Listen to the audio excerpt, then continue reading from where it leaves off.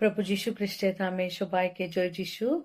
এ সময় আমরা যে বরদান পেয়েছি, কে আমাদেরকে সে বরদান দিয়েছেন এবং কখন সে বরদান দেওয়া হলো, এ বিষয় নিয়ে ঈশ্বরের বাক্য দ্বারা ধ্যান করব।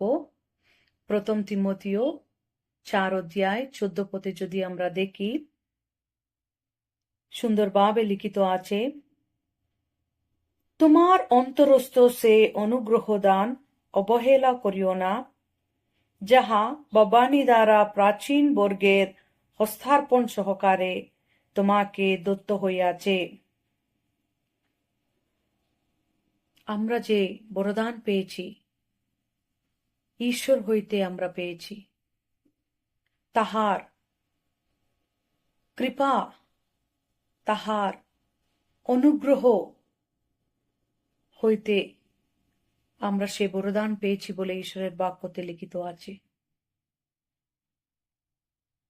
যখন আমরা যীশু খ্রিস্টকে আমাদের মুক্তিদাতা হিসাবে গ্রহণ করেছি, তাহার পথে চলতে শুরু করেছি, সেই সময় আমাদের মণ্ডলীর প্রাচীন বর্গ আমাদের জন্য প্রার্থনা করলেন। সেই সময় আমরা সেই বরদান পেয়েছি। তাই জন্য আমরা আমাদেরকে যে বরদান দত্ত হয়েছে,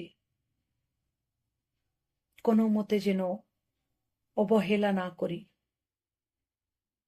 ঈশ্বরের বাক্য সুন্দরভাবে আমাদেরকে কথা বলছে 15 পদে, এই সকল কার্যে চিন্তা করো, এ সকলে স্থিতি করো, যেন তোমার উন্নতি সকলের প্রত্যক্ষ হয়। যে কোনো বরদান আমাদের থাকতে পারে, গান করার, সুসমাচার প্রচার করার, না প্রার্থনা করার, না আতিথ্য সৎকার, আরো অনেক বরদান আছে। আমাদেরকে যেটা দত্ত হয়েছে, সে বরদান আমরা যেন অবহেলা না করি, তাহাতে আসক্ত হয়ে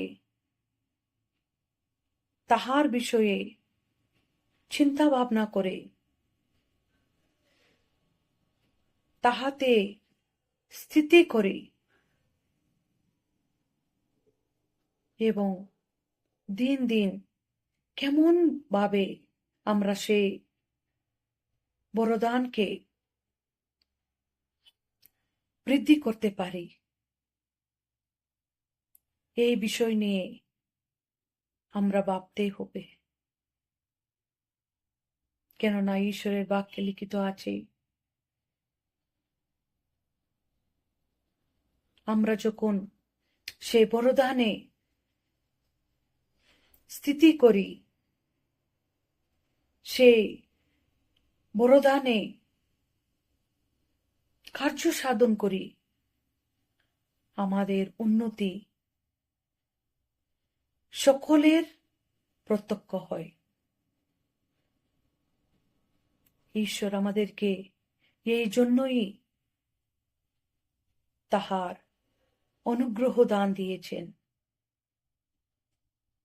যেন দিন দিন আমরা সে বরদানে বৃদ্ধি পেয়ে, উন্নতি পেয়ে তাহার নাম গৌরব করি, তাহার রাজ্যের কাজকে এগিয়ে নিয়ে যায়। আমরা অনেক সময় আমাদের যে বরদান দত্ত হয়েছে অবহেলা করি, আমরা ভুলে যাই কিন্তু ঈশ্বরের বাক্য আমাদের সঙ্গে এই সময় কথা বলছে।